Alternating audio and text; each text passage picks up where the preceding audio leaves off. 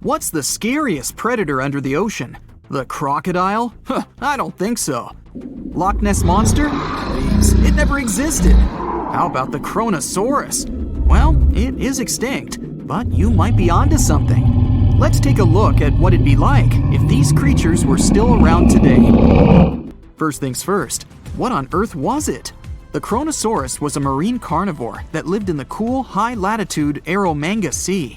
It covered vast areas of inland Australia between 90 and 120 million years ago, during the early Cretaceous period.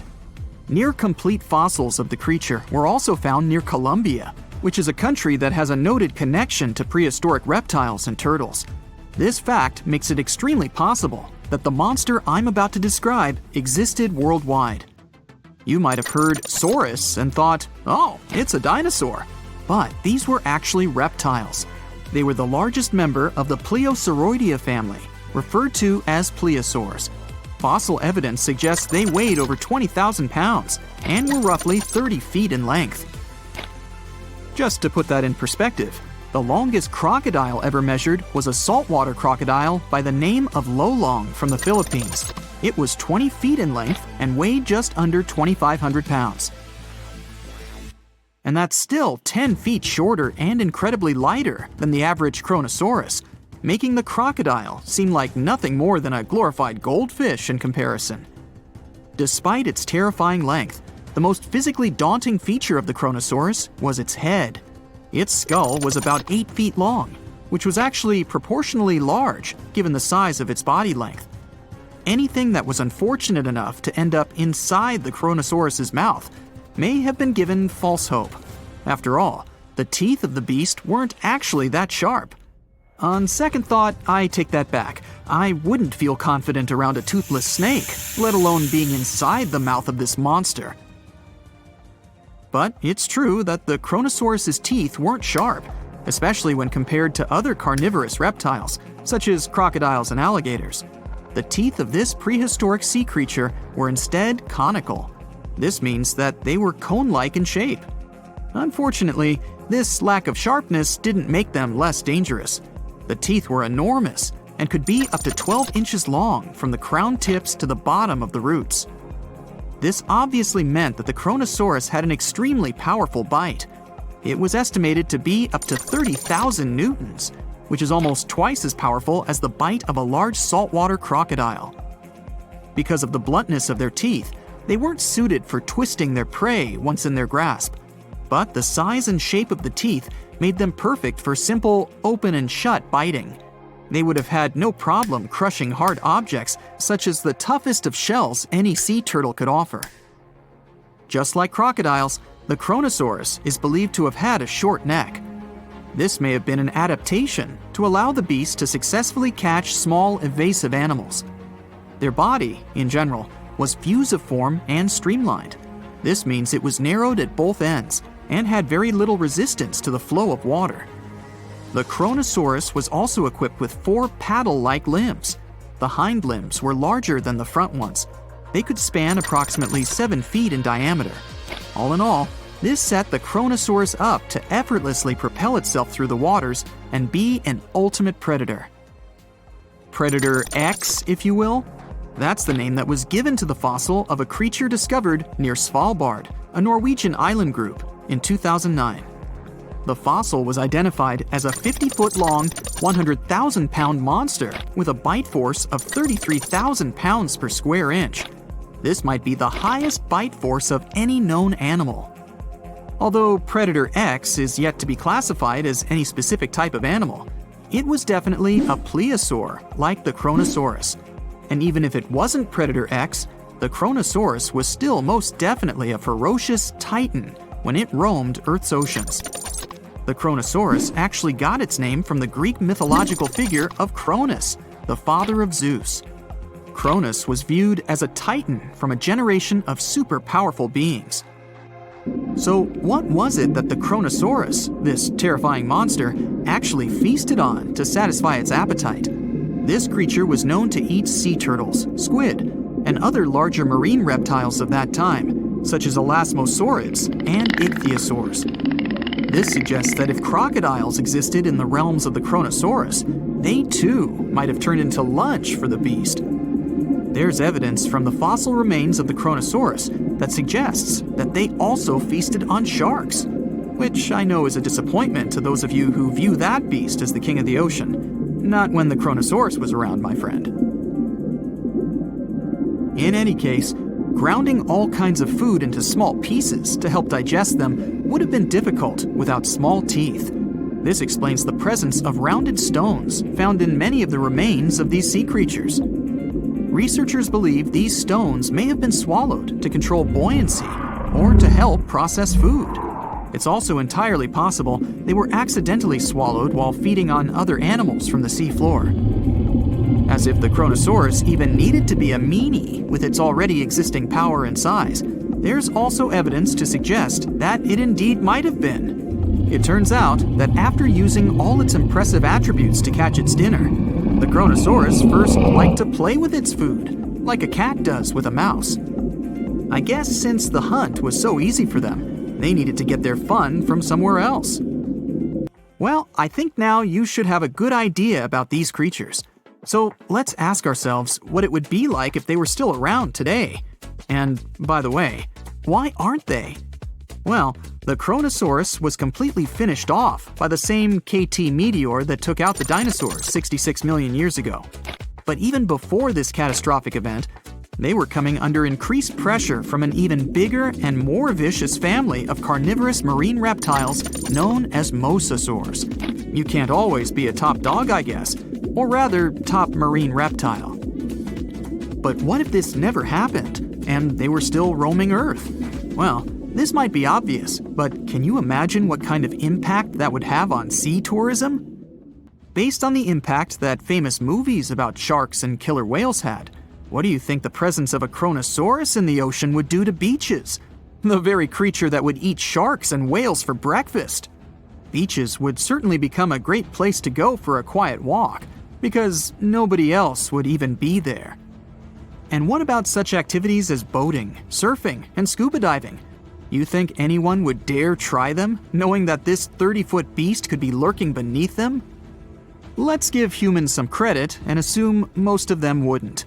This would cripple the global sea tourism industry, which is responsible for earning roughly $143 billion every year. Just to make sure this shocking point hits home, the most expensive yacht to ever roam the ocean was called the History Supreme. Its master bedroom was believed to have a statue made of T-Rex's bone and a wall made of meteorite rocks, as well as a 24-karat gold panoramic wall aquarium. Anyway, this yacht was worth nearly $5 billion, meaning you could buy 38 of them with the money lost in potential damages to sea tourism caused by the Kronosaurus. I'm sure that the yacht's owner was happy the beast never made an appearance in their luxurious aquarium. So luxurious, in fact, that some people believe the History Supreme, reportedly owned by some business genius from Malaysia, never even existed. Rumor has it that it was simply an elaborate hoax fabricated by the supposed designer. Anyway, I don't think the trouble would just stop there. People could actually be in serious danger, regardless of being near the ocean or not. No, I'm not about to tell you that this thing would grow legs, adapt to living on land, and start picking us off one by one. At least, I hope not. I'm just going to point out the damage that the Kronosaurus would inflict through its devastating impact on sea trade. In America, ocean transit accounts for 76% of national trade. On top of this, more than 100 vital pharmaceutical products originate in the sea. I'll also state the obvious and point out that the ocean is a huge food source for us humans. The presence of the Kronosaurus could have a great impact on our relationship with the ocean, something we usually take for granted. The megalodon was the biggest shark to ever live. Not only that, it's one of the biggest fish and the largest predator in Earth's history. Over 3 times longer than the biggest great white shark on record, the females have also been found to be twice the size of the males. The megalodon could swallow a small car without even touching its teeth, if cars had been around then. In fact, the Meg was so big and powerful that it had no natural predators. It was the uncrowned king of the seas, swimming freely from ocean to ocean. This cosmopolitan creature was found all over the world from America to Europe and Australia and Japan, assuming there were countries back then. Meg fossils have been found on every continent except Antarctica. Everybody skips Antarctica. Science tells us that the megalodon went extinct over 3.6 million years ago. But could they still be alive at the deepest depths of the ocean? The fearsome name, megalodon, comes from two Greek words, megas, meaning big, and odont, meaning tooth. Combined, they mean big tooth, and it certainly lived up to its name. Just one of its chompers is the same size as a human head. It had 276 humongous teeth in total, across 5 terrifying rows. In all of history, only a couple of saber-toothed cats and the T-Rex had consistently bigger teeth. Now that's a showdown I'd like to watch.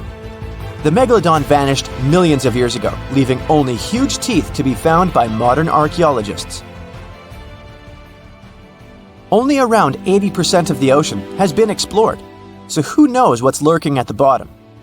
If you did manage to make it down, it's unlikely that you'll run into Meg though. The sharks, like us, preferred warm coastal waters. Deep ocean living would be too cold for the beasts, and food would be scarce. Their entire bodies would also have to evolve to avoid being squished by the enormous water pressure down there. It's unlikely that they're still around, but not impossible. Now, about the appearance of the megalodon. Scientists believe it didn't look like a great white shark. The megalodon belongs to a different fish family and most likely looked like a giant sand tiger shark. Flattened snout, small eyes. Its dorsal fin moved backward. The sand shark has 2 dorsal fins about the same size. The coloration is light brown with a white belly. It may have had brown-red spots like a sand shark all over its body. We used to think of the megalodon as something scary from the first finds of its fossils. That was back in the Renaissance era. People found some teeth in the rocks. At first, these teeth were thought to be the tongues of dragons or snakes. And here is the first drawing of what the owner of these teeth supposedly looked like. A massive snout with a scary nose and a bunch of razor-sharp teeth. The megalodon is usually described as a sort of giant great white shark, but this is just a common myth. In fact, the ancestors of today's great white existed at the same time as the Meg. But they weren't the best buddies and were even in competition with each other. The great white shark was a better hunter, using its smaller size and agility to snap up Meg's prey quickly. They were also known to eat Meg pups, who were only half their size. This didn't help the whole extinction thing. We also have evidence that megalodons were brutal hunters, kings of the food chain. The first combat tool in their arsenal was the battering ram. The megalodon would take its prey by surprise. It had only one chance to hit it. If it missed, it would take too long for a second round. The maneuverability of the megalodon was comparable to a large truck. While a great white was no match for an adult Meg in a head-to-head fight, they sure weren't scared of stealing their food. This only left the bigger fish and whales for the Meg. But its food supplies began to run out as the whales swam to the cooler new seas. The whales adapted to prefer the colder temperatures, leaving our friend the Meg behind. The megalodons either starved or were frozen into extinction by the Ice Age. Rather than a great white, the megalodon is more like a modern bull shark. It had a short snout, a flat lower jaw, and huge pectoral fins to support its massive weight and size. As scary as they are, these sharks were actually caring family guys. Several megalodon nursery areas have been discovered in Florida, Maryland, and Panama. They gave birth to their young in shallow water environments. We know this from discovering loads of tiny megalodon teeth found in these areas. I wonder if they had nannies too. But how come there are so many megalodon teeth out there for us to analyze? Due to their messy, aggressive eating habits, sharks regularly lose their teeth. They lose a set of teeth every 1 to 2 weeks. That's 40,000 teeth in a lifetime. They must rake in a fortune from the tooth fairy. Because of this, their teeth were continually raining down to the ocean floor. Luckily for us, they're also the hardest part of the shark skeleton, which is why so many teeth have survived and become fossilized. It's fair to say the first discoveries of the Meg's teeth confused people. Early discoverers thought that the Meg's teeth were petrified tongues of ancient serpent creatures. They even used to call them tongue stones. It's also a common myth that the megalodon was around at the same time as the dinosaurs, although this would have been pretty cool. The dinosaurs were wiped out around 66 million years ago, but the megalodons came much later. The oldest Meg fossil is only around 23 million years old, but it's tricky to pinpoint the exact date. After all, calendars weren't invented yet. They became extinct way before humans even evolved. The earliest Homo sapiens, which is a fancy name for the first humans, emerged about 2.5 million years ago. But what if the megalodon shark didn't go extinct? Whale populations have dropped drastically since these guys were last around, so there'd be way fewer whales for them to chomp down on. Whales have also gotten a lot smarter and learned new defensive moves, making them way harder to take down. It's estimated that they ate around 12 tons of food each day. The Kraken is a colossal squid, a legendary sea monster, the biggest hunk of calamari you ever saw. And if this monster had existed, the world would have changed beyond recognition. The Kraken has powerful tentacles, solid muscles with suckers at the end. They're impossible to escape. The Kraken can break a ship in half, or just pull it down into the depths. But the worst thing about the Kraken is its size. According to old sailors' stories, its size is almost 10 soccer fields. Hey, maybe the Kraken could play soccer. The Kraken legends said the monster was so giant that sailors mistook it for a small island. In past centuries, it would have been impossible to defeat such a beast. If the Kraken existed in reality, it might have had offspring. Yeah. In all the world's oceans, there would be giant monsters that could sink any ship. It's unlikely that the Kraken would have competitors in its habitat, so its population would grow strongly. Since the Kraken is enormous, it would need a lot of food, so the population of other large sea animals would fall significantly. Blue whales, great white sharks, other giant squids, all the big sea creatures would be endangered. The Kraken belongs to the cephalopod genus. This species includes squid and octopus, some of the most intelligent creatures on the planet. The Kraken is a skilled hunter and will never fight in the open. Colossal squids live in deep waters and they have the largest eyes among all animals. The squid's eye is the size of a dinner plate. Thanks to this, they can see their prey from far away. Similarly, a Kraken would spot the ship much sooner than sonar could pick up the Kraken. It would always have the drop on you. Well, that's not good. In 1857, a squid beak was discovered on the coast of Denmark. Other huge squid remains were found in the Bahamas, and then scientists were convinced that gigantic squids existed. While colossal squid have been officially discovered since then, it's been more than 100 years and we still don't know what the max size they can grow to. The fact is, colossal squids are one of the most elusive creatures on Earth. They live in the depths of the ocean where it's challenging for scientists to reach. Any dive to a greater depth requires powerful, bulky equipment. Underwater bathyscaphs and cameras make a lot of noise and light, which squids notice from afar. They flee before we can see them. It's difficult to say if these huge squids were the size of a small island, but the truth is, we've only studied about 5% of the ocean.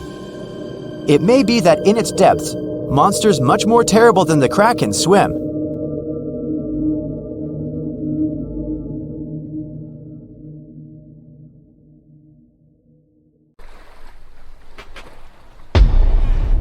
Many terrifying animals live deep beyond the waves, like this vampire squid living 3,000 feet below the surface in almost complete darkness. This animal has a cloak, like a vampire's. That's why it's called the vampire squid. Deep down at the bottom, it can't use ink to defend itself.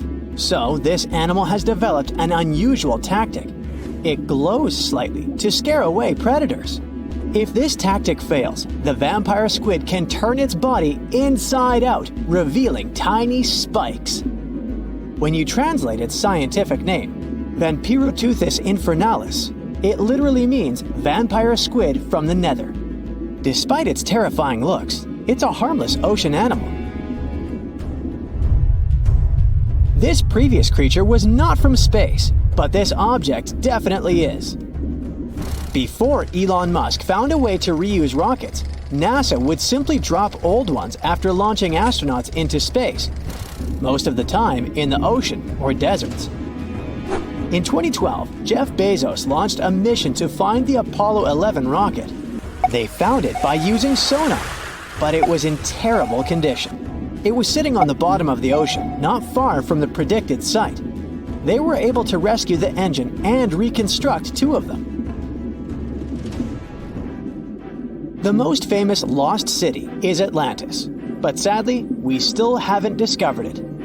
However, Heraklion was also just a myth until one British pilot saw something that looked like a city while flying over the Mediterranean Sea. He reported it, and 60 years later, a group of divers went there. They were shocked when they found an entire city underwater. It was loaded with artifacts that could tell us a lot about the history of the place.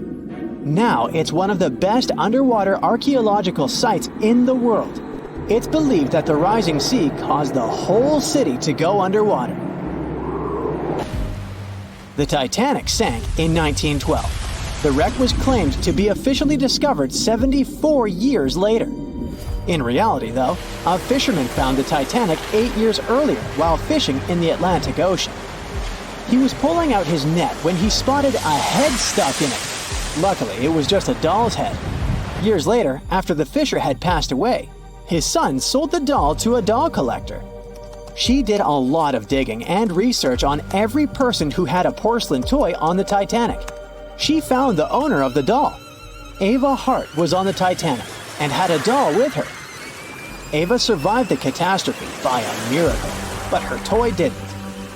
Hart even wrote about the doll in her journal, and every detail matched the toy found by the fisherman. The tripod fish lives deep in the abyssal zone, around 20,000 feet below the surface. It's adapted to such immense depths and uses its tripod fins to stay still on the bottom. This creature doesn't have big eyes, but even if it did, these eyes would be useless in the darkness. Instead, the tripod fish uses its fins like antennas to detect any movement in the water. This creature doesn't have much luck when it comes to its love life, so it had to develop unique tactics to reproduce. One fish can be both male and female.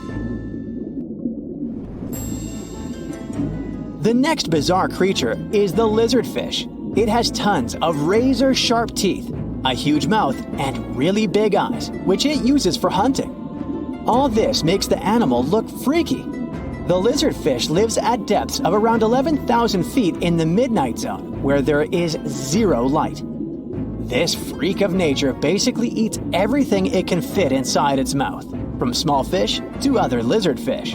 On the other hand, when they see other reptile fish, they probably fall in love instead, because finding mates at those depths is not an easy task. Like the tripod fish, the lizardfish can be both male and female at the same time.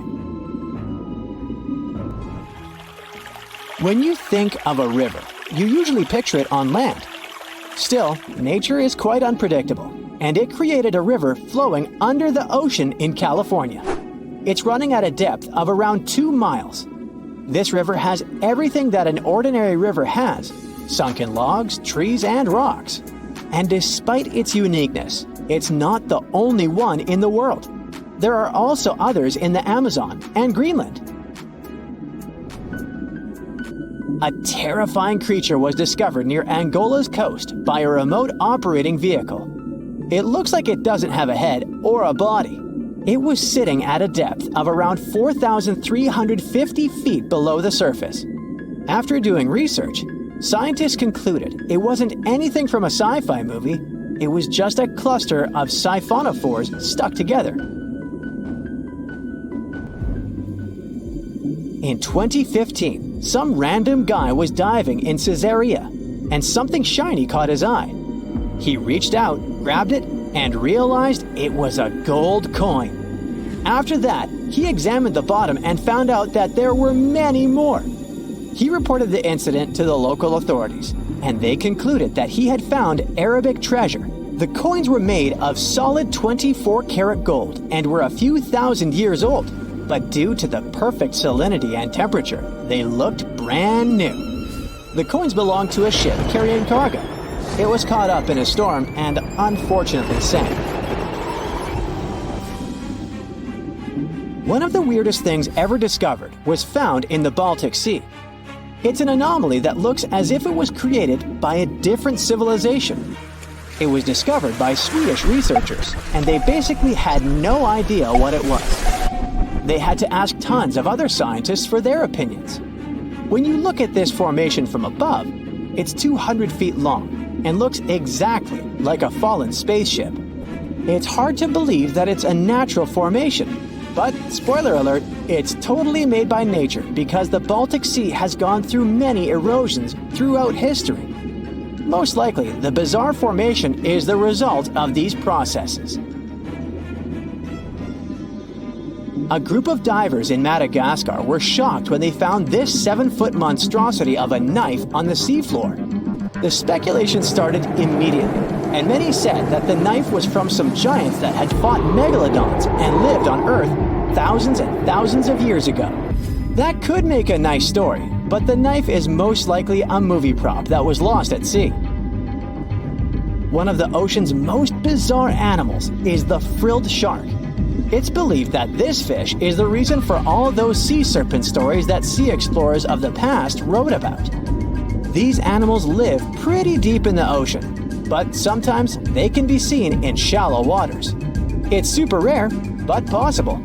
The frilled shark has a big mouth sporting around 300 teeth. It also has a long body that looks like a lizard's, and it is truly a unique species of shark.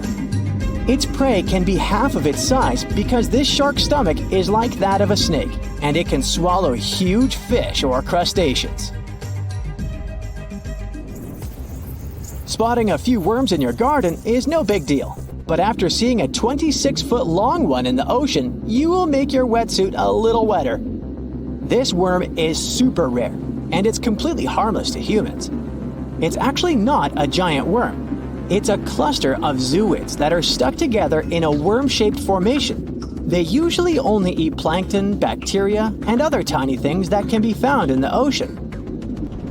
Probably the scariest thing in the ocean that is 100% real is the Magna Pinna, which can be found at crazy depths of 20,000 feet below the surface. This monster looks like an underwater Slender Man, but it's just a squid with really long tentacles that can reach a terrifying size of 8 feet. This guy has only been seen a few times, and basically, we don't know much about this creature so far. Welcome to the ring. In the red corner, Megalodon, an ancient giant shark which ruled over all the watery creatures in the world. Let's call her Meg. She went extinct about 3.5 million years ago, but she's still as scary as ever. Some people think she's still hiding out down there somewhere, just waiting for the perfect time to start roaming the open seas again. In the blue corner, the Mega Piranha. She likes to go by her initials, MP. She's a river fish that went extinct several million years ago and is a distinct relative of the modern piranha. Her crazy eyes and teeth could make any fisherman run for shore, and she has a reputation of being eternally hungry, and she's not a big fan of leaving leftovers. Let's get to it. The first round is all about size. There's still a lot of debate about the size of Megalodon. Sadly, the only remains they've found so far are some giant teeth and a few vertebrae, so we can only guess her real size. But a little calculation suggests that this ancient shark was 50 feet long, about as long as a subway car. And yeah, the blue whale is the largest aquatic creature in the world, at almost twice as long. But Meg's still the largest shark in the world. The whale shark, the next longest, is usually only about 40 feet long. What about MP? Well, there's not a lot to go on. Researchers found part of her jaw and several of her monster teeth in South America. After modeling the body of the piranha, they think she was up to 3 feet long. That's huge for a freshwater fish. MP was queen of the river for sure, but when you stack her up against Meg, It's not even close. Meg's almost 15 times larger. She wins this round 1-0. Let's move on. The next round is weight. So Meg's about the size of a subway car. Impressive, but not as impressive as her weight. She could weigh up to 60 tons. An empty Boeing 737 is only about 40 tons, and that's metal. Even some houses are lighter than that. MP's weight is kind of controversial, but we can make a guess based on her modern relatives. Let's say she weighed about 90 pounds. Pretty tiny, but remember, she didn't hunt alone. When MP sees something she likes, she brings all her friends along. About 100 MPs. That's like 2 SUVs worth of snapping teeth. But still, that's way less than Meg, by a lot. Meg leads 2-0. Next category, agility. Meg's huge muscles helped her reach a speed of 11 miles per hour. This allowed her to feel comfortable in the water and chase down anything interesting. But in the water world, she's not exactly setting any records. Sailfish have a special shape designed for one thing, speed. An incredible 68 miles per hour, 6 times faster than poor Meg. She's like a mountain of muscles, strong, but not exactly fast. Plus, she's so long, it's hard for her to turn around super fast or stop on a dime. Researchers think that MP's speed was pretty much the same as her modern relatives, 15 to 25 miles per hour. And she's got moves. Her whole lifestyle's based on sudden and fast movements. And when she's with all her friends, they move as one, changing direction in a split second. MP's on the board, 2-1 in favor of Meg. Okay, next round, teeth. Like any shark, Meg's the proud owner of some giant teeth. 7-inch long triangles, the biggest teeth that ever existed. And she had 250. They were set out in 5 rows, and each and every one of them was sharp. She could bite through my mom's new leather couch, no problem. All those teeth mean one thing, a seriously massive jaw.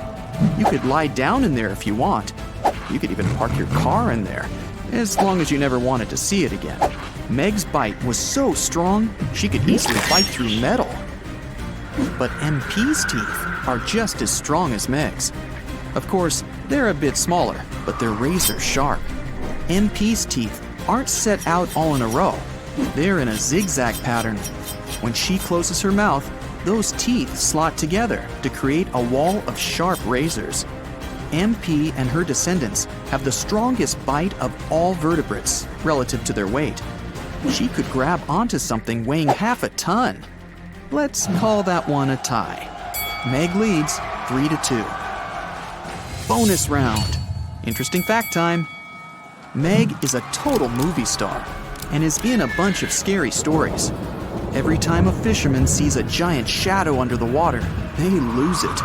Meg could destroy their boat with one bite. But even though we know how big she was, we still don't really know what she looked like. Perfect for a mysterious sea monster.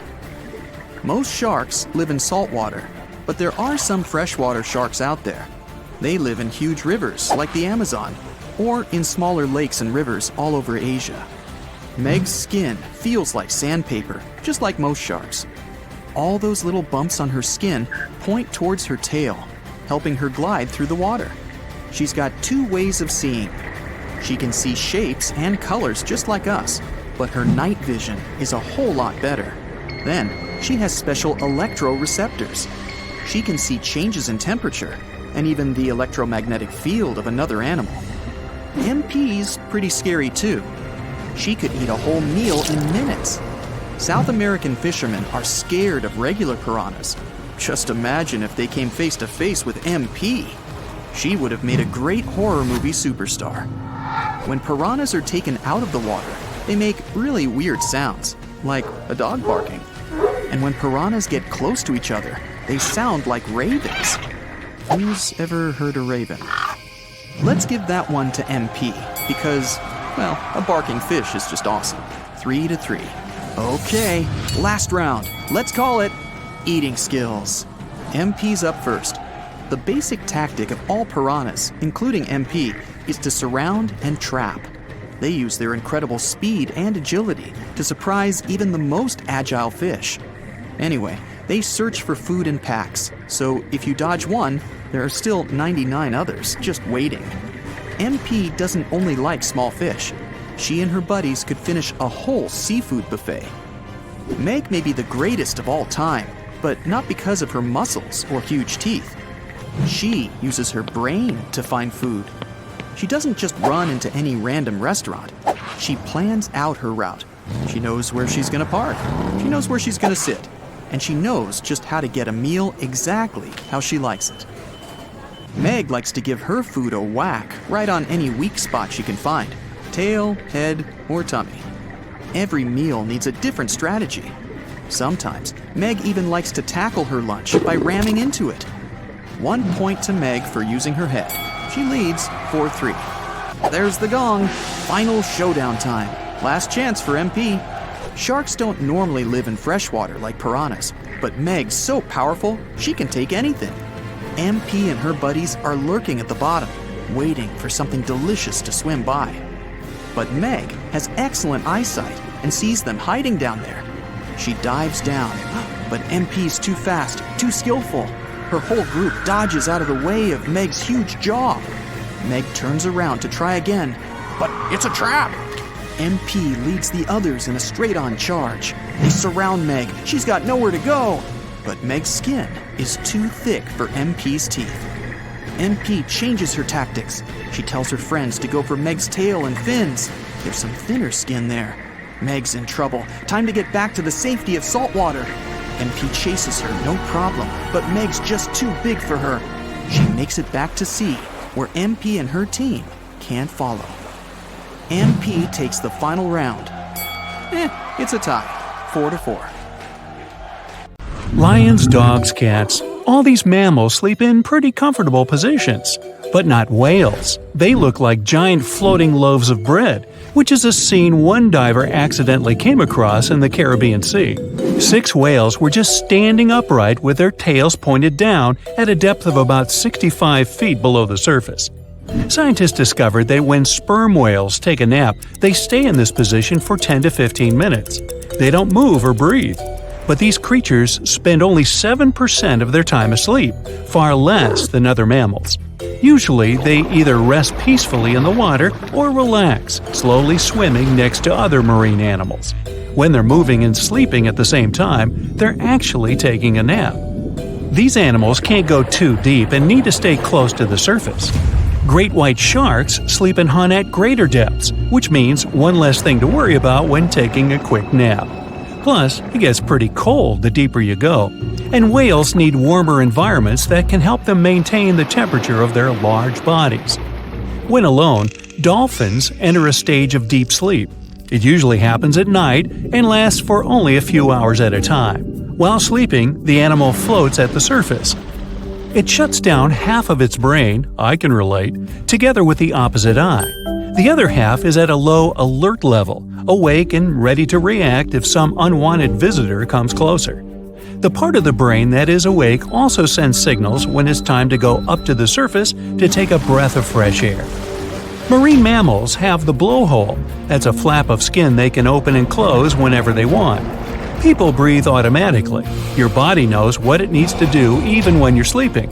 But whales and dolphins have a voluntary breathing system. It means they need to consciously go to the surface to get some air.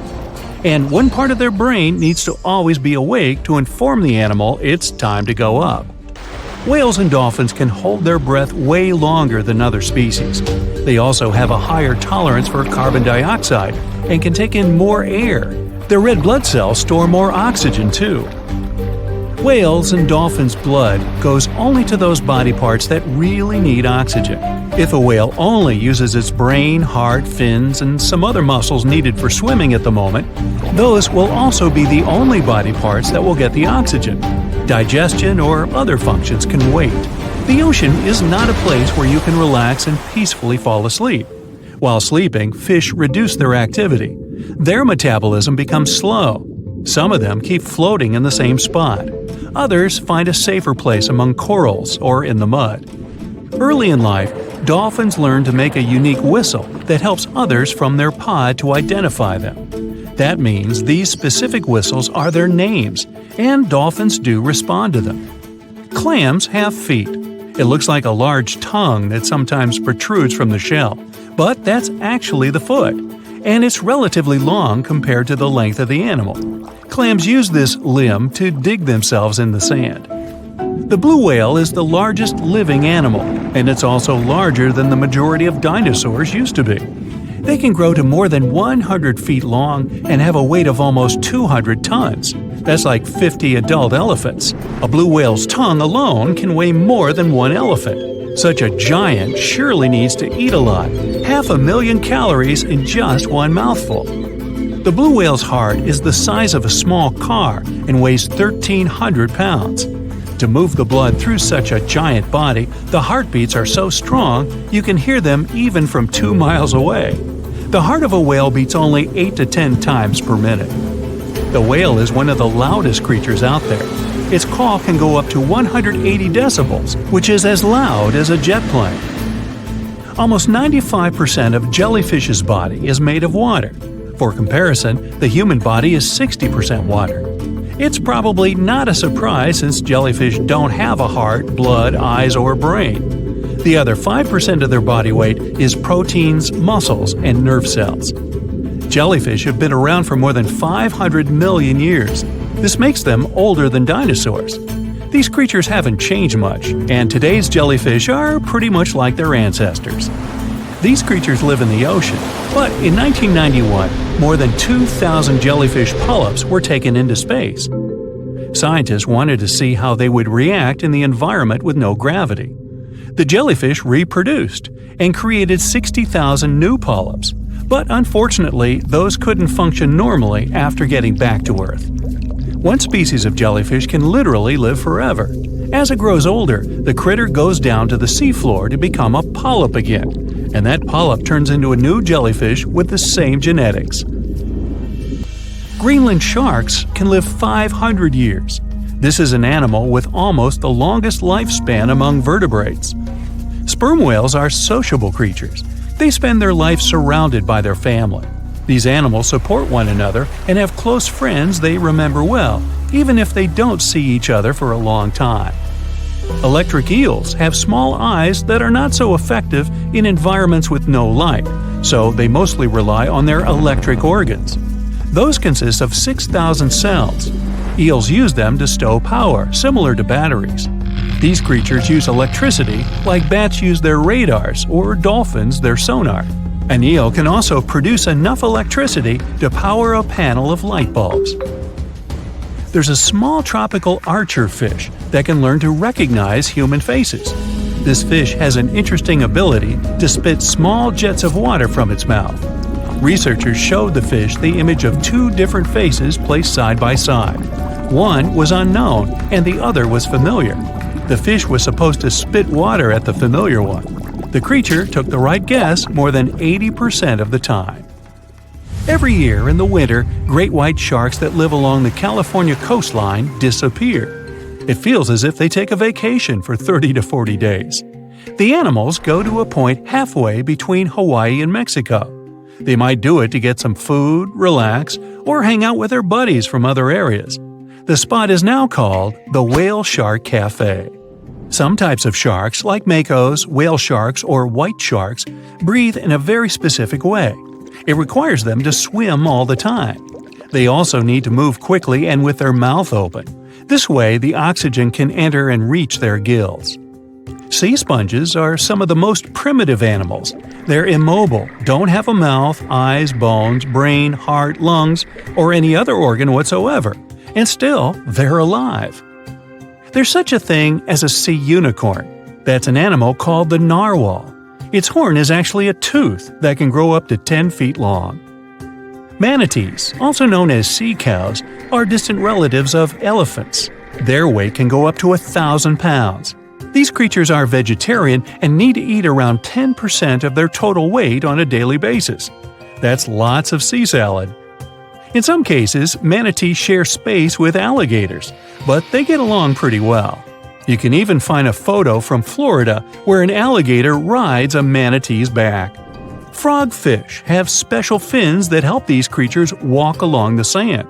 They're very useful in shallow waters. A ghost pipefish is hard to see, but once you spot it, you're bound to get really surprised. Its head makes up over 40% of its body. Crabs don't feel like wasting time on such formalities as putting foods in their mouth. That's why they taste it with their feet, which is where their taste buds are. Marine iguanas are the only lizards on our planet that like spending time in the ocean, even though they mainly live on land.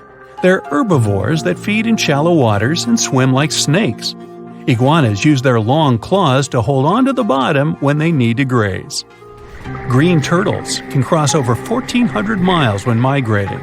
They try to find the perfect spot to lay their eggs. Penguins sort of fly when they're underwater, reaching a speed of 25 miles per hour. More than 5 million years ago, I've heard, I wasn't around then, deep-sea worms and humans had a common ancestor. So we still share 70% of our genes with these creatures, and with sea stars, squid, and octopuses. The ocean covers over 70% of our planet, and over 80% of it is unexplored. More than 1 million species live there. But there are not only animals, 3 million shipwrecks are lying all over the ocean floor, hiding mysterious stories. Many of them are yet to be discovered.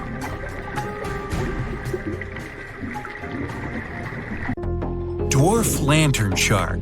Sounds kind of like a superhero, huh? This is the smallest shark in the world. It's only the size of your palm, and it can glow in the dark. Well, that's a superpower. Blue-ringed octopus, the most beautiful octopus in the world. But the bright colors of animals usually indicate they're venomous.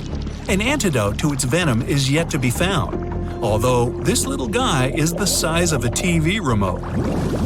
Sarcastic fringehead. Though this fish is only 12 inches long, it can eat prey much larger. Its jaw can open just like a dinosaur's. The sarcastic fringehead has been known to attempt to swallow a whole octopus. Hey, can't we all just get along? Red lionfish. This beauty has an incredible appetite.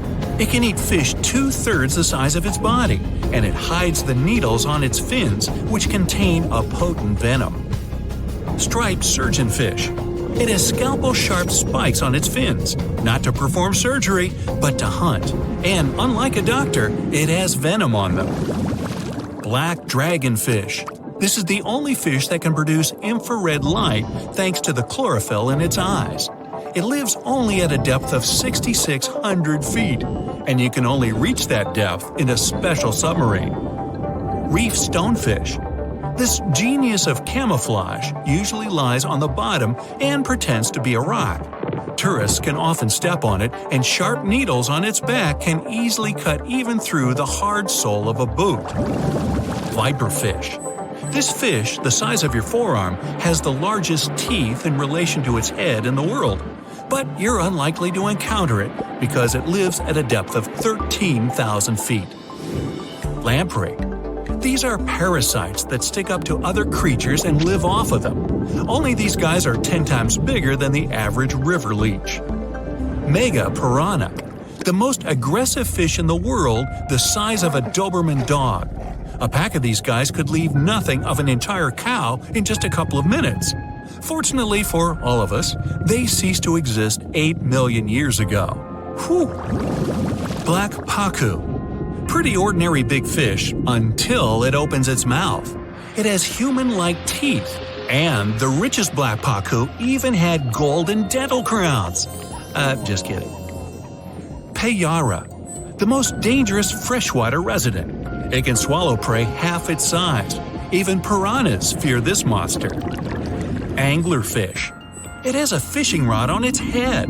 It's a bait that lures small fish right into the mouth of this hunter. Slender snipe eel. It's very long and flexible due to the number of vertebrae in its back.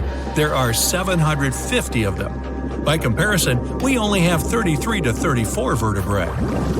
Barracuda. Its jaw is similar to that of a great white shark, but its trademark is speed. It would beat any Olympic swimmer at 29 miles per hour. Ocean sunfish. It's a fish the size of an adult person, and it's the heaviest bony fish in the world. Although peaceful, thank goodness, they sometimes damage the bottoms of small fishing boats. Frilled shark. Its length would allow it to successfully play basketball. It hunts with the strategy of a snake. The shark bends its body and then makes a sharp dash forward, and it has 300 teeth. Plenty of frills there. Electric eel. Its feature is its electrical organs, which can discharge 4 times as much as a normal household socket. The electric eel shock can easily stun a large horse. Box jellyfish. It doesn't just drift in the waves near a shore like a regular jellyfish. Oh no! These guys are very fast and can even catch up with a person in the water. And their sting is hazardous. They don't look for trouble, but they're always ready to defend themselves. Goblin shark. Its snout ends in a long blade-like outgrowth, and its jaw could extend all the way to the end of the snout. It's one of the most terrifying sharks in the world, despite its tender pink color. Saltwater crocodile.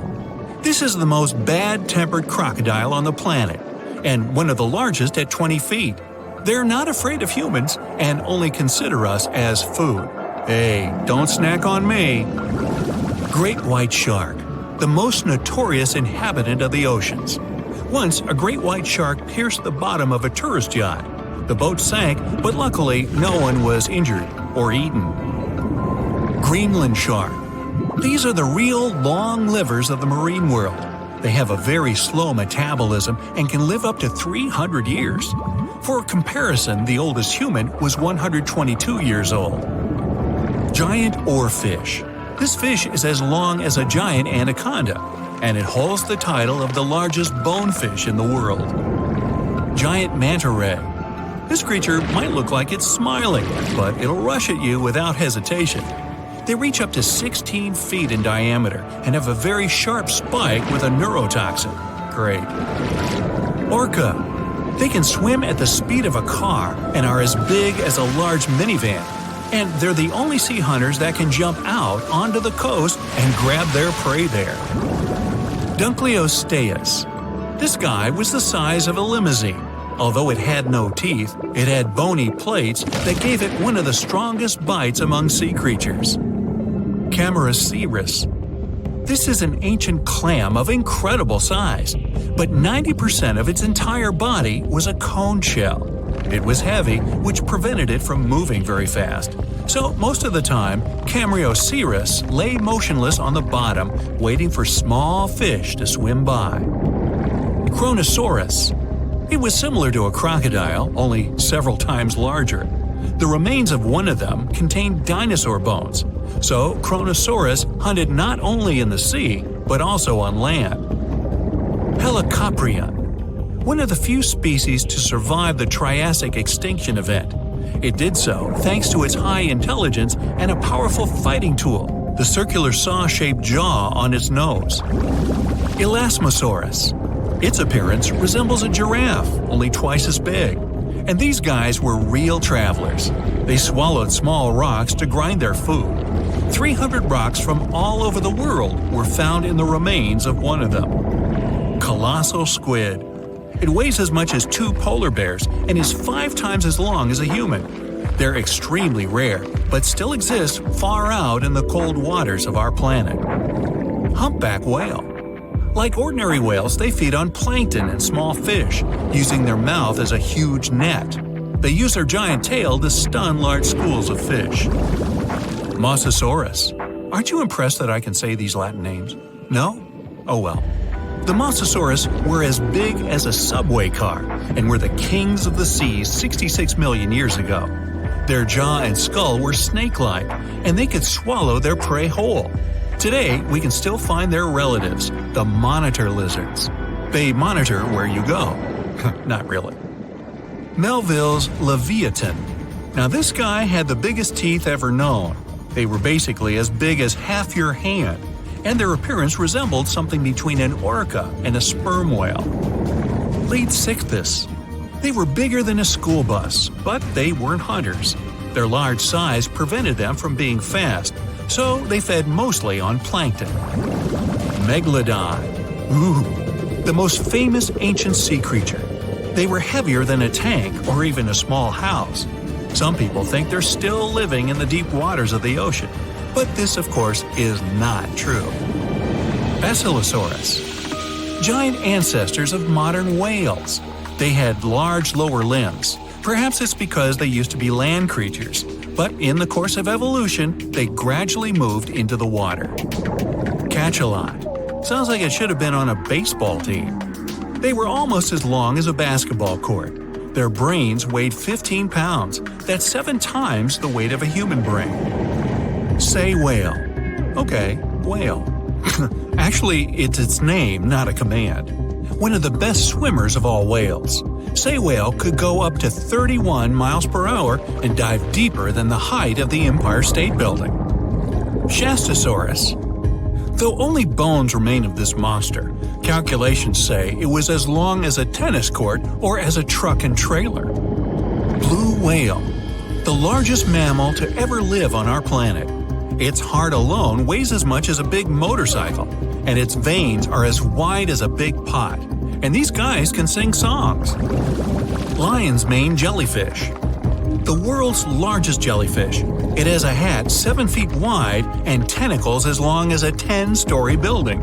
Although they're not dangerous at all, people can still get tangled in their incredible tentacles like in a net.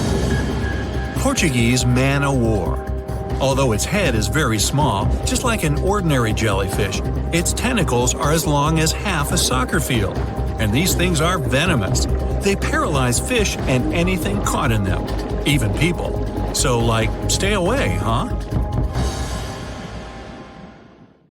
Tonight, the biggest and fiercest shark in history will face the Blue, a mysterious creature from the ocean depths. The fight takes place far out at sea, so people are not in danger. But if Megalodon loses, the life of all mankind may be at risk. But first, let's get to know our opponents better. Megalodon was an ancient marine predator, a giant shark feared by all aquatic life for millions of years. Megalodon had no competitors in the oceans. It was at the top of the food chain. Current sea inhabitants don't even realize how lucky they are because this monster went extinct about 3 million years ago. Although people can't know for sure if it's really gone. The ocean is only 5% explored. It's possible that somewhere in the depths, Megalodon still terrifies all the fish. And today, the colossal shark will fight against a worthy opponent, the Blue. Technically, that's just the name of the sound that oceanographers recorded in 1997. The creature that made it could be called a sea monster, a kraken, a beast from the deep. No one knows how it looks, but we can guess its size. This ultra-low-frequency blue was so powerful that it could be heard by special sensors 3,000 miles away. If you were in New York, you could listen to the sound from Los Angeles. But the sound was deep underwater, where the audibility is actually much worse. A creature that can make such a sound could be dozens of times bigger than a blue whale, the largest animal living in the world. Interestingly, the source of the sound is located near the most remote place on Earth, Point Nemo. It's located more than 1,000 miles off the coast of the 3 nearest islands. This place is one of the most poorly studied on our planet. Point Nemo is used by many companies as a space garbage dump because of the long distance from land. Every year, satellites fall there. But the worst thing is that the coordinates of the fictional ancient city of R'lyeh are near Point Nemo. That city was described in the books of author H.P. Lovecraft. Among the ruins of R'lyeh, the monster Cthulhu lives. Yeah, it sounds nothing like it looks. Hey, neither do I. Hey, Cthulhu, buy a vowel, will ya? Man, it's like a cat walked across the keyboard and there's your name. This is an entirely fictional creature, but many people think it could be the source of the blue. The chances of the Megalodon winning are small because Cthulhu is a demigod. It has arms and legs, wings, and a head resembling a colossal octopus or clam with dozens of long tentacles. It's impossible to determine Cthulhu's size, but if you believe the records of writers and drawings, its size can reach up to 300 feet in height. The Megalodon is 5 times smaller at about 60 feet, or slightly less than one subway car. Ooh, a nice lunch for a monster shark. The shark weighs about 100 tons, like 2 tanks. The weight of Cthulhu is also unknown, but we can say with confidence that it can easily lift 2 tanks with its hands. But Cthulhu can change its size and shape at will. It can be anybody from the size of a human to the extent of a continent. Also, Cthulhu can spawn any number of limbs. But let's not stray too far into fantasy. Otherwise, Megalodon won't stand a chance to win. Let's say Cthulhu has a constant size. So, in size, Megalodon loses to its opponent. Cthulhu is an ancient wise being that is more than 1 million years old. It has secret knowledge and telepathy. Megalodon is primarily an animal that simply follows its instincts. One of the main advantages of any match is intelligence, so Cthulhu wins against the giant shark again. Lovecraft described Cthulhu sleeping for many millennia and waiting to awaken to start an apocalypse. Therefore, all people in the world are interested in a Megalodon victory. To support the shark, people send their ships to help. It's a bit unfair, but even now, Cthulhu wins. The monster can control people telepathically. It gives an order to every sailor's brain, and all the ships sail away from the battlefield. Oh, by the way, do you know what sea monsters prefer for lunch? Fish and ships! An oldie but a goodie. Meanwhile, as Cthulhu is distracted by the ships, Megalodon has a chance. There are 2 things in which the shark is superior to a demigod. The first is speed. Megalodon doesn't swim very fast, about 11 miles per hour. Athletes can run faster, but for giant Cthulhu, this is fast. Megalodon can maneuver around the green monster, and thanks to its smooth skin, slip out of the demigod's clutches. Megalodon swims behind Cthulhu and uses its second advantage, jaws. The bite of a Megalodon is considered one of the strongest among all creatures that have ever existed on Earth. Its bite force can reach up to 20 tons, 6 times stronger than a Tyrannosaurus, 60 times more powerful than an African lion's bite, and 600 times more powerful than mine. Megalodon bites its prey armed with 300 teeth. Each one is razor sharp and the size of an adult's palm. Such a jaw becomes an advantage in the fight against the bloop. One Megalodon's bite is enough to injure Cthulhu seriously. But of course, this isn't enough to defeat a demigod. Thanks to its speed, the Megalodon can inflict many attacks, but sooner or later, Cthulhu will manage to catch the shark. Cthulhu uses tentacles to grab its opponent. Megalodon is trapped and can't move. The bloop is going to pull the shark out of the water. It seems that the green monster will win the fight. But several unknown objects are approaching the place of the fight. Cthulhu is being attacked from all sides. The green monster is unique, it's one of a kind, but the Megalodon has offspring. Many sharks from all over the ocean swim to help their relatives. Now the sides are equal. Cthulhu again uses telepathy to summon people to help. Hundreds of ships sail to the fight location. It orders them to open fire on the enemies. Dozens of sharks quickly swim around Cthulhu. It's impossible to hit them and not injure the green monster. Cthulhu loses by its own mistake. It cancels the telepathic order and decides to deal with the shark squad alone. Cthulhu uses its tentacles to catch each shark one by one.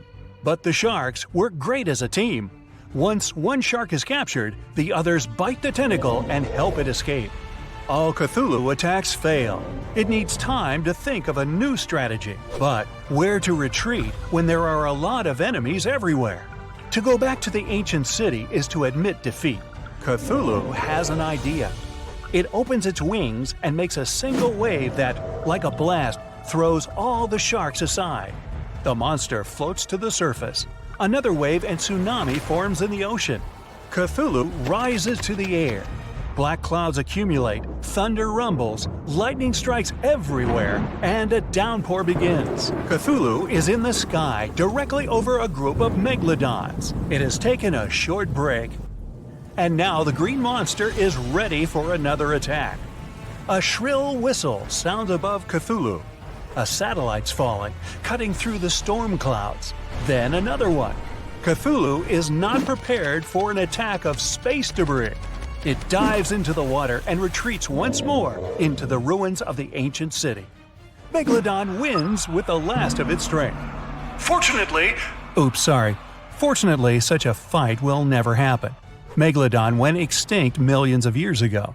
There is 0.01% chance that this shark species is still alive. This is excellent news for Megalodon fans, though. You can find a million-year-old tooth of this creature in places all over the world where people gather to hunt this artifact.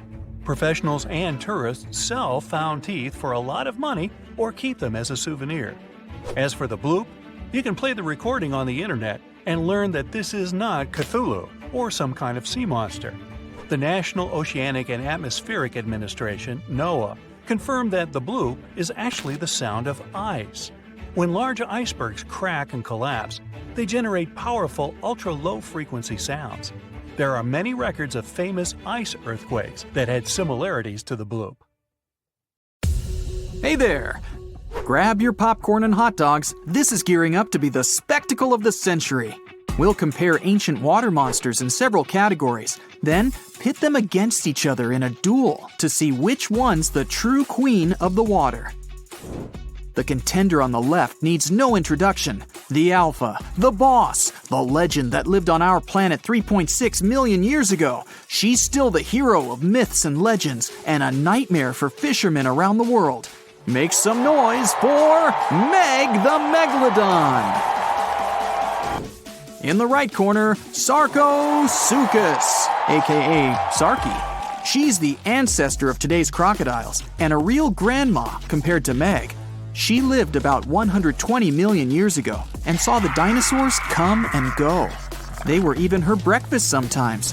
She lived in what is now the Sahara, but there was no desert then, and the world looked totally different. Although this crocodile isn't as famous as Meg, she's still not afraid to go up against the giant shark. Round 1. Size. Since the only remains of the megalodon are teeth and vertebrae, her true size remains a mystery. But if we compare her remains to the bodies of modern sharks, we get the incredible size of 50 feet. That's like 1.5 buses. But I bet you wouldn't want to take a ride on that kind of transport. Meg's fin alone is the size of an adult. This ancient monster remains the largest shark that ever existed. The largest white shark ever measured was 17 feet long. That's less than half. Now Sarky's turn. Until recently, we only had the teeth of this ancient crocodile to go on. But then, scientists discovered some new remains, and they were able to figure out just how big she really was. Sarky was as long as a limousine, about 30 feet. The largest crocodile ever measured was a saltwater crocodile, only 20 feet. Sarky's head was 5 feet long. That's almost a whole person. And her mouth had a special mace-shaped tip. But even with that, she's still only half the length of Meg. So the ancient shark wins this round, and the first point goes to Meg, 1-0. The next category is weight. Let's start with the contender in the right corner. The largest modern crocodiles weigh about a ton. Sarky made it all the way up to 4 tons. That's like 2 helicopters heavy. Her weight and size allowed Sarky to be queen of the ancient river. But she's pretty much a toothpick compared to Meg. You'd need a pretty hefty set of bathroom scales to weigh the contender in the left corner. Once fully grown, Meg weighed between 30 to 60 tons. That's a lot. A cargo helicopter can lift 9 tons. It would take around 5 of them to lift Meg safely. The heaviest shark nowadays, the white shark, only 3,500 pounds. Meg wins the second round, and the giant shark gets another point, 2-0. Moving on. The next category is agility. We can assume that Sarky could reach the same speed as most modern crocodiles. In the water, we're looking at up to 20 miles per hour. That's about 3 times faster than the fastest human swimmer. Her speed mostly comes from her long and muscly tail. It's one of the strongest muscles in her body and gives her speed and agility. But Sarky wasn't limited to the water world. She liked to move around on land too. Like the big modern crocodiles, she could probably run at speeds up to 20 miles per hour. This allowed her to go after other animals, not just fish. She definitely had a soft spot for large lizards and even small dinosaurs. So what about Meg? It's hard to move such a massive muscle machine. Her maximum speed was around 10 miles per hour. That allowed her to catch up with whales and smaller fish. She felt pretty good about herself, but 10 miles per hour is not really that fast. Modern white sharks can reach 35 miles per hour. That's 3 times faster than Meg. So our giant shark was more like a truck than a Ferrari. Slow to accelerate, slow to brake, and extremely bad at turning. If Meg wanted to run the 100 meters, it'd probably take her about 50 seconds. The human world record is just under 47 seconds, but that's in a pool where you have to pull a U-turn halfway. There's no way Meg could do that. Looks like Meg lost a bit of ground to the agile crocodile, and our river monster is finally up on the board, 2-1 in favor of Meg. Okay, next round. How about we call it eating tools? Of course, Meg's main tool is her teeth. Megalodon means big tooth. She had the largest teeth ever recorded. 5 rows of teeth, 250 in total. The largest ones were over 7 inches long, and you better believe they were all razor sharp. That's definitely enough to bite through a tough leather couch, know what I mean? So if you ever saw Meg smile at you, well, that's probably the last smile you'll ever see. And her jaw's incredible. You could drive a car into her mouth, or lie down in it with room to spare. Her bite force was so strong that it could easily bend metal. Whales, dolphins, fish, fishing boats, crunch, munch, gone. Sarky's teeth are a bit different, but no less awesome and powerful than the biggest shark of all time. She had 70 teeth up top and 62 down on the bottom. Their shape allowed Sarky to grab her lunch and never let go. Crocodiles in general have one of the strongest bites of any species, and it's their main superpower. But don't forget about that tail. Sarky's was so heavy and strong, it'd be like getting hit by a motorbike. That kind of versatility earns Sarky 1 more point. We're all tied up at 2. Bonus round. Audience sympathy prize. If Meg were around today, she'd definitely live in Hollywood, making movies, TV shows, commercials, and she always seems to play the villain. Well, she's also the hero of countless scary stories told by fishermen around the world. Many people even believe that she's still swimming about down there, somewhere, hiding from us in deep waters, like the Mariana Trench. But Meg needs a lot of food to feed such a large body. She'd have to keep coming up to the surface to find enough to eat. So much for that myth. And Sarky? She's more of an indie artist, not really the Hollywood type. But like all crocodiles, she puts fear into anyone who lives near a river. Crocodiles love that late-night snack, so a lot of people are even afraid to leave their homes after sunset. And locals sometimes find crocodiles in their backyards. Imagine seeing Sarky laid out on your brand new deck. Let's give Sarky this round, and she's taken the lead, 3-2. Okay, the final round is all about that X factor, combat skills. Meg still holds the crown for the most dangerous you'd ever come across in open water. And it's mostly thanks to her intelligence and strategy. We can figure out Meg's tactics by looking at other animals from that time. Many ancient whale bones have scratches from Meg's teeth. It seems like she knew where the weakest points of various animals were located, so she knew where to nibble at first. She seemed to enjoy a little fin appetizer before each meal. Sometimes she'd give them a nudge first. They weren't swimming away after that kind of impact. Then it's main course time. Sarky may seem weaker, but she's full of surprises. She's fast and agile, so she could easily catch up with even the fastest mammals that had come to get a little drink of river water. And when she bites, she never lets go. But scientists say Sarky probably couldn't do all those awesome wrestling moves that today's crocodiles love to do. She couldn't roll around, holding her lunch in her teeth. The structure of her head simply didn't allow her to do that. But even so, she pretty much always came out on top. Not too many crocodiles go hungry.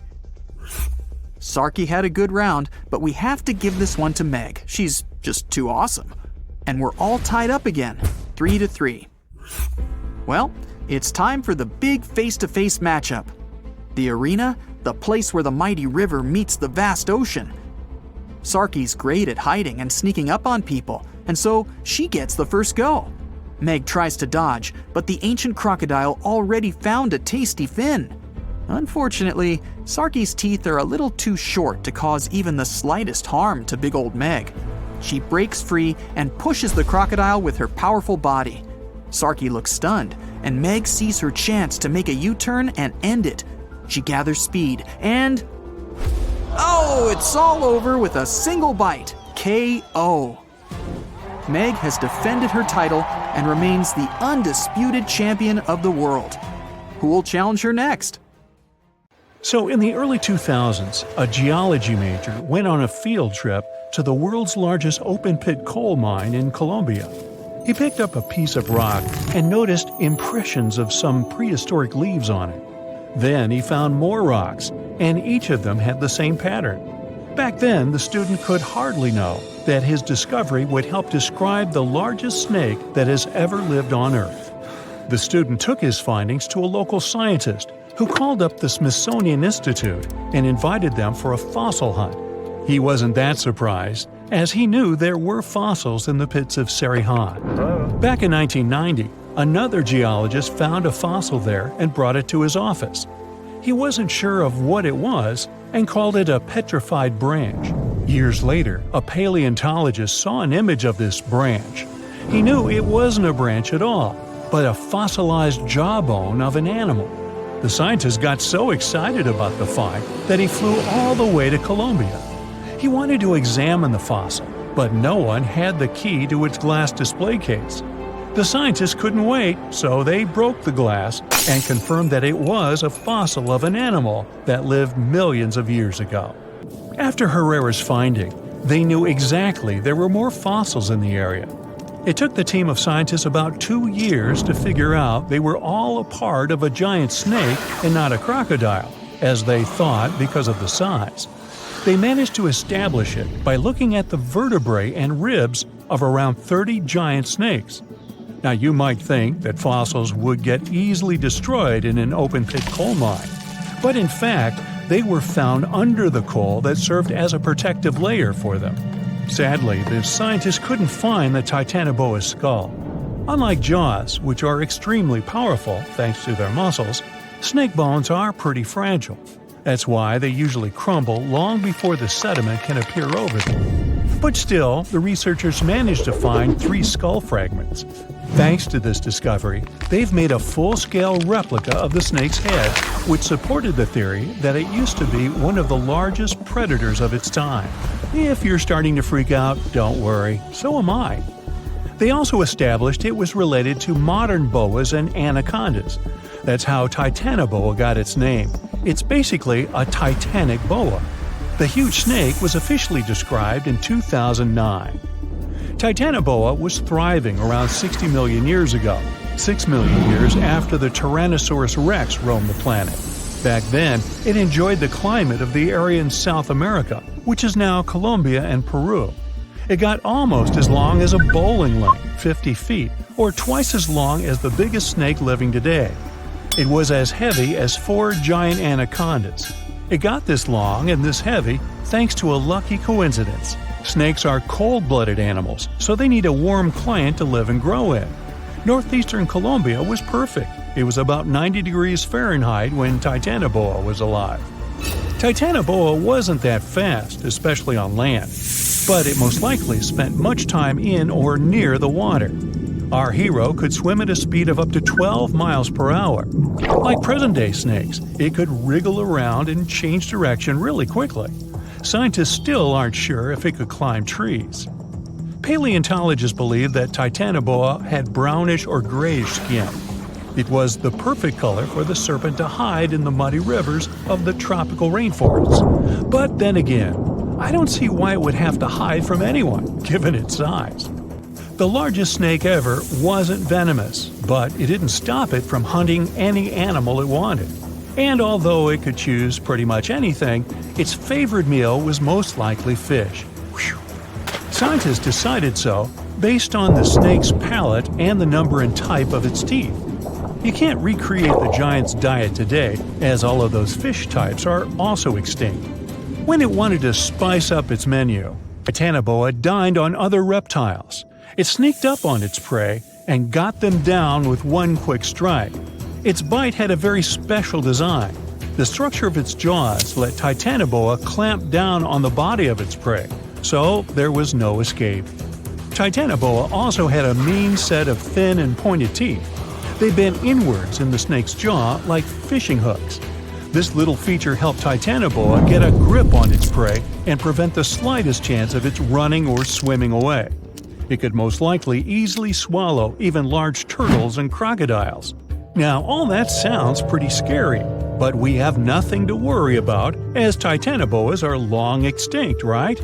Well, technically, as the temperatures on Earth are going up, it's quite possible that snakes might also grow in size. They love heat more than anything, so they should feel comfortable here.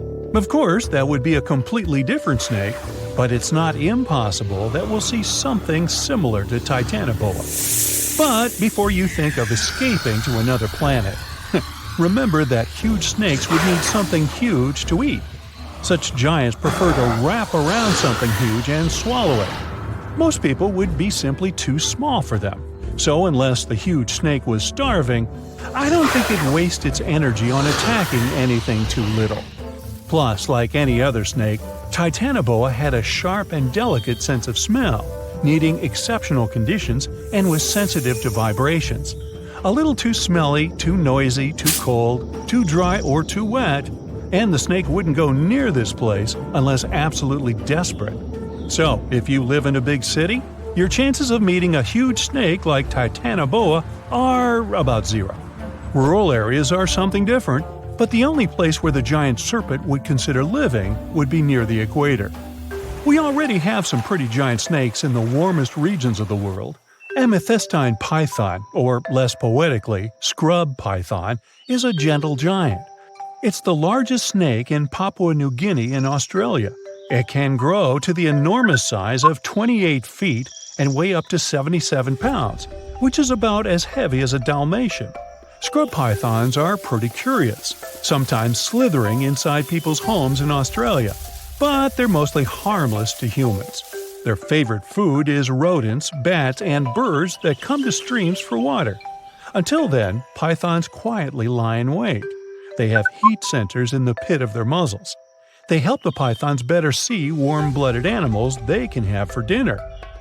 The African rock python is one of only 11 living species of its kind. It's currently the second largest snake on the planet. This huge brown snake reaches lengths up to 20 feet and weighs about half as much as the giant panda. It's very serious about its meals, as it can catch an antelope and eat it whole. Even the cold-blooded crocodiles are afraid of this beast because it can easily eat one of their kind too. In 1958, a zoologist found a 4-foot-long young Nile crocodile inside an African python's stomach. According to the scientist, the python said, "Well, I don't know about you, but I find this whole thing hard to swallow." Actually, that's not true. Pythons can't talk, as far as we know. The reticulated python holds the record as the longest of all the living snakes in the world. The largest of these guys made it into the Guinness World Records in 2011 with a length of 25.2 feet. Its name is Medusa, and it lives in a zoo in Kansas City, Missouri. An adult reticulated python is large enough to swallow a human whole, or a whole human, either way. But these snakes are mostly quite peaceful and prefer to lie down without much movement. Although many pythons have dwarf forms that are much smaller than their full-grown cousins, reticulated pythons also have super dwarf forms. You can keep one of those as an 8-foot-long pet. Yes, it's considered a dwarf form, although it's longer than the average human is tall. You know, somehow I still don't find that comforting.